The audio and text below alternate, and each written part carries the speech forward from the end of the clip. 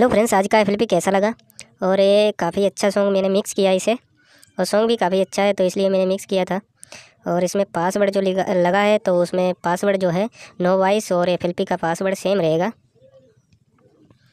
और आप लोग लाइक कर देना, और बहुत ज़्यादा मेहनत लगता है भाई लोग, और लाइक कर देना। और वीडियो में नीचे आप देखेंगे तो एक कमेंट भी कर देना यार।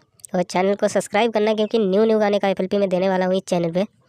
और काफ़ी अच्छे एफएलपी लाता रहूँगा इस चैनल के अकॉर्डिंग। जितने भी आप एफएलपी डाउनलोड करेंगे या नो वॉइस डाउनलोड करेंगे तो आपको बहुत ज़्यादा कम ही कॉपीराइट क्लेम मिलेगा। क्लेम वगैरह नहीं आएगा, क्योंकि मैं उस चीज़ों को ध्यान में रखता हूँ, इसलिए क्लेम वगैरह नहीं आएगा। और जो सॉन्ग की मास्टरिंग है इस टाइप से, इसकी म्यूजिक की मास्टरिंग है, आप देख सकते हैं। और जो हमारा मेन वोकल है तो इसका मास्टरिंग अलग से है थोड़ा।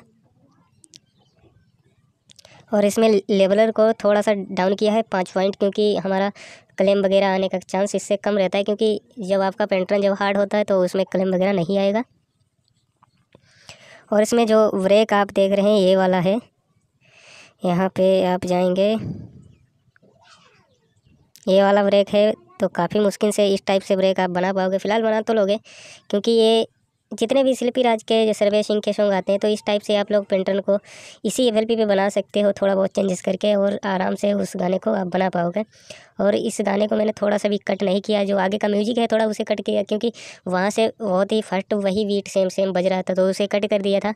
और जो मेन जहाँ से चला था वहाँ से मैंने 2 बीट ली हैं, वहाँ से 2 ब्रेक डायरेक्ट लेके और पेंटर को आगे बढ़ा दिया, क्योंकि सेम सारी चीज़ें रहेंगी तो बढ़िया नहीं लगेगा सॉन्ग।